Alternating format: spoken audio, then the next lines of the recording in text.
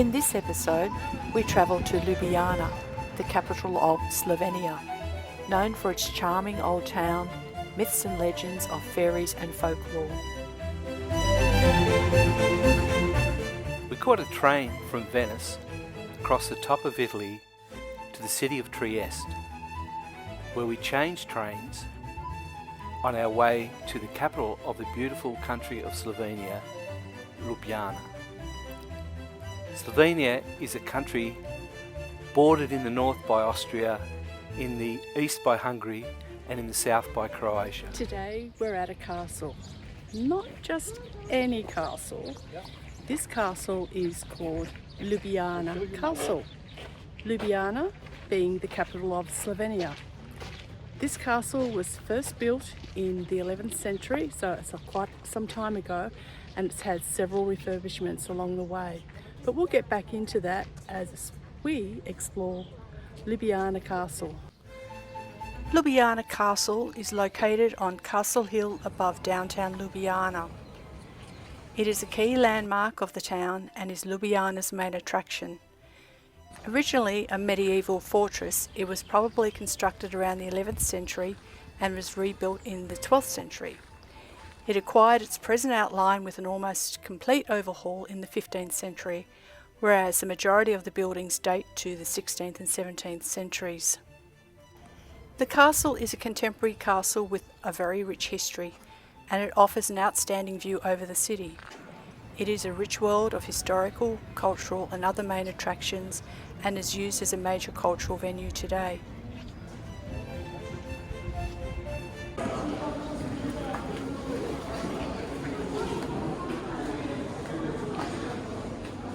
Oh, this feels a little bit eerie, doesn't it?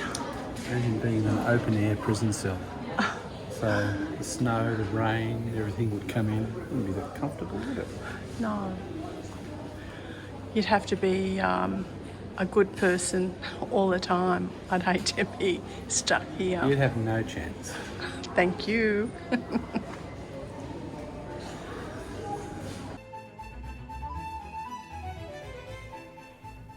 In the 15th century, there was a prison for nobility in the basement of the Erasmus Tower. The inscriptions and coat of arms of the noblemen who were incarcerated in the prison are still visible today, scratched in the plaster on the prison walls.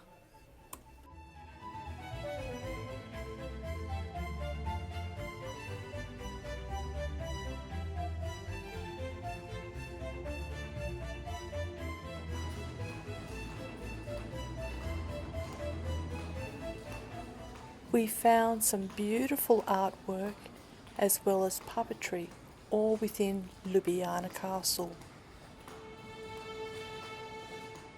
I didn't realise that puppetry was such a huge issue in Slovenia. So puppetry is a really part of the culture here, and we're in this museum of puppetry, and it gives actual examples of the puppets that we used way back in the day.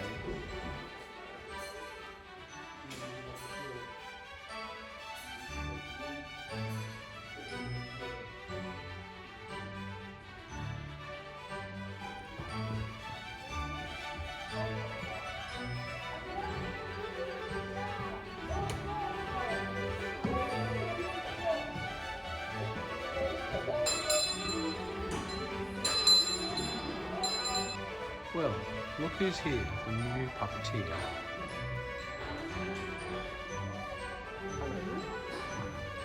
How are you today? I'm very well, thank you very much.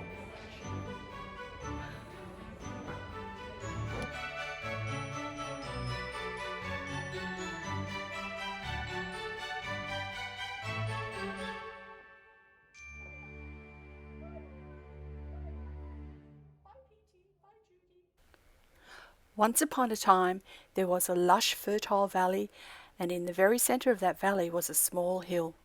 The hill, which sat in the middle of the green pastures, was the favourite gathering place of fairies, who liked nothing more than to spend their time dancing around its base. The fairies lived a happy, peaceful existence until, one fateful day, a group of shepherds arrive. As you can imagine, the shepherds were keen to use the fairies' lush, green pastures as grazing land for their herds.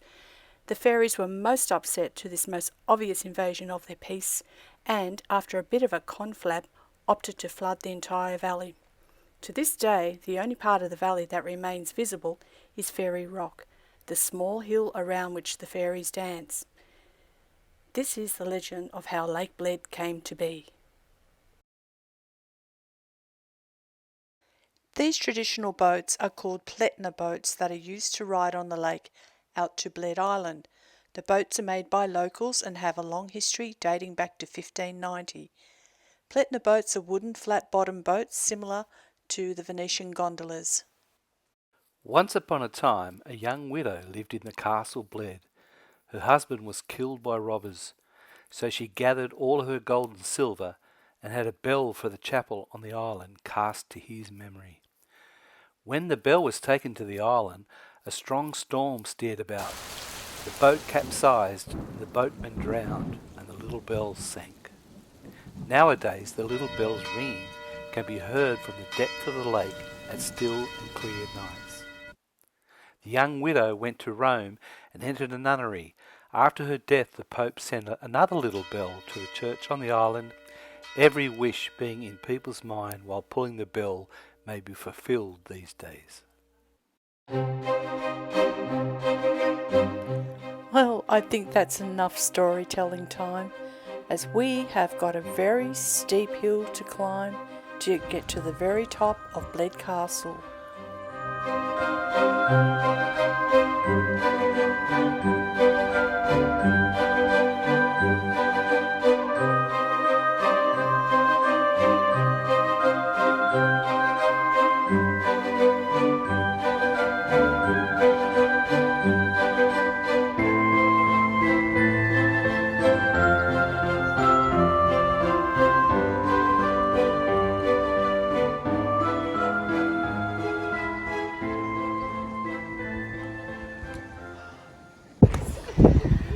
Well, as you can see, we've made it to the very top of Bled Castle, and we certainly have been rewarded with this spectacular view looking over Lake Bled.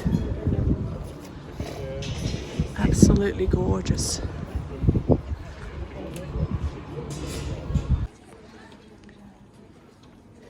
It's a water well. Imagine that this was used back in the day. Wooden bucket.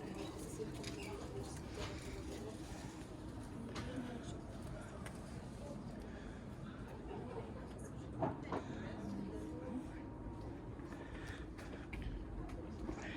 you think you could crank this handle?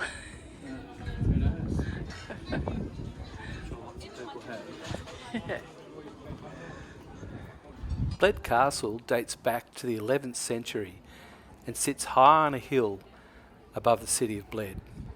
It has magnificent views, 360 degrees all the way around, looking at the lake and the surrounding countryside.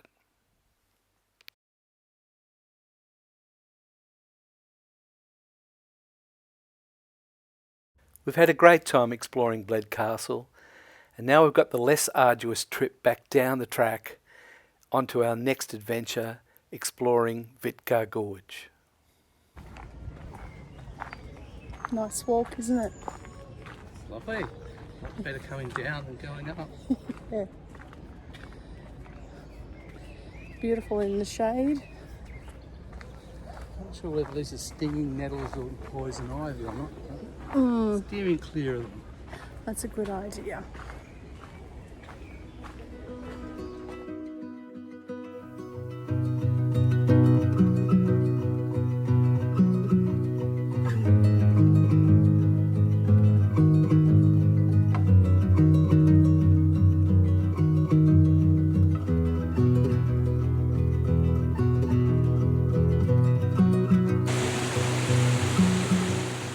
Vintgar Gorge is a waterway. It was carved out by the Radovna River, which cuts the gorge deep between the hills of Holm and Borst, and it is flanked by steep slopes overgrown with beautiful beech forests.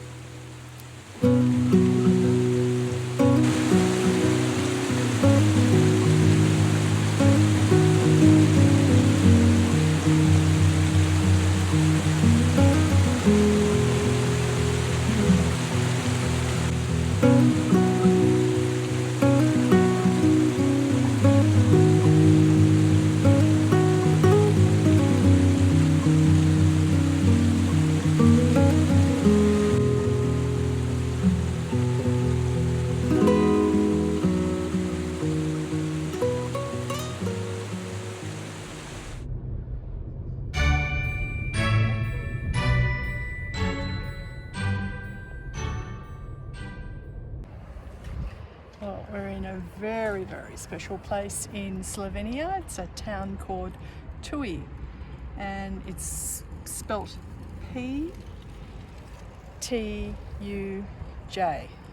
So I don't know how you get Ptuj out of that, but this town is just beautiful. Like everywhere in Slovenia that we've been to, it's just so pretty. It dates right back to the Iron Age and the Bronze Age, so it's the earliest known settlement in Slovenia. And even after that, the Romans came and made a village here, so it's certainly got some age about it. A lot of history coming through the centuries. It's been invaded, like lots of places in Slovenia have been. Lots of different races of people were governing this area, but it's very, very pretty. Yeah, it's a beautiful spring day. It's almost summer here, and we're just enjoying the ambience of the whole place.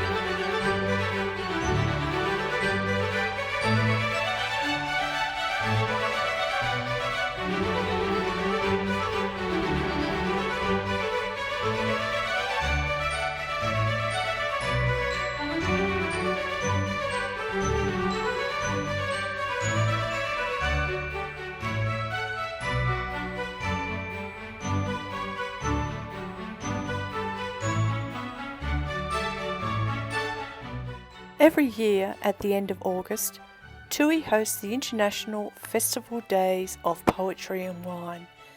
The festival brings together many renowned poets from all over the world, and you can read their poetry right here on this wall.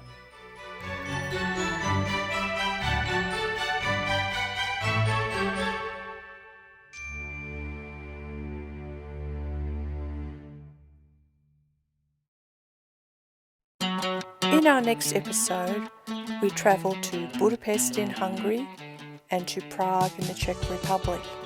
They are both beautiful cities with their own unique charm. We try some Hungarian goulash, and then we take a trip down the Danube River. We meet the good King Wenceslas and some other fascinating characters. And once again, thanks for watching.